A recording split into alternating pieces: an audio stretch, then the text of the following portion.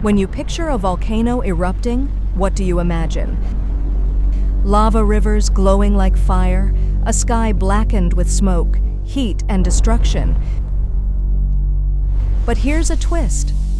Some volcanoes, the massive ones, don't just unleash fire, they can make our planet colder. The secret lies not in the lava, but in what's launched into the upper atmosphere: ash, dust, and most importantly, sulfur dioxide. These particles don't just fall back to Earth. They linger high in the stratosphere, like a sun shield around the globe. These sulfur particles mix with water vapor, creating a veil of sulfuric acid aerosols. This veil reflects incoming sunlight.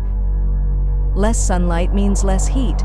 Earth cools, not by chance, but by nature's own hand. This isn't theory. In 1991, Mount Pinatubo erupted in the Philippines, one of the largest eruptions of the 20th century.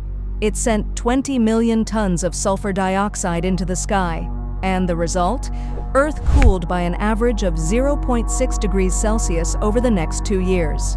Here's how it works. Sulfur dioxide, SO2, plus water vapor, H2O, equals sulfuric acid droplets. These droplets stay in the stratosphere for months, sometimes years. They reflect sunlight. But unlike greenhouse gases that trap heat, these aerosols deflected. But this cooling comes at a cost. Less sunlight means less rain in some regions.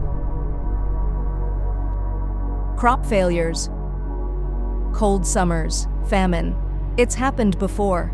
After the eruption of Mount Tambora in 1815, 1816 became known as the year without a summer. Inspired by volcanoes, some scientists are asking, can we engineer this effect? Deliberately release aerosols into the sky to cool Earth and stop global warming? This is called solar geoengineering.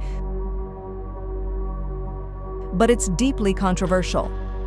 Volcanoes remind us that nature has immense power and delicate balance. While eruptions can briefly cool the Earth, they also bring destruction. Imitating them might cool the world, but at what risk? Earth is a living system. Volcanoes are both destroyers and regulators. They don't just shape the land, they shape the climate.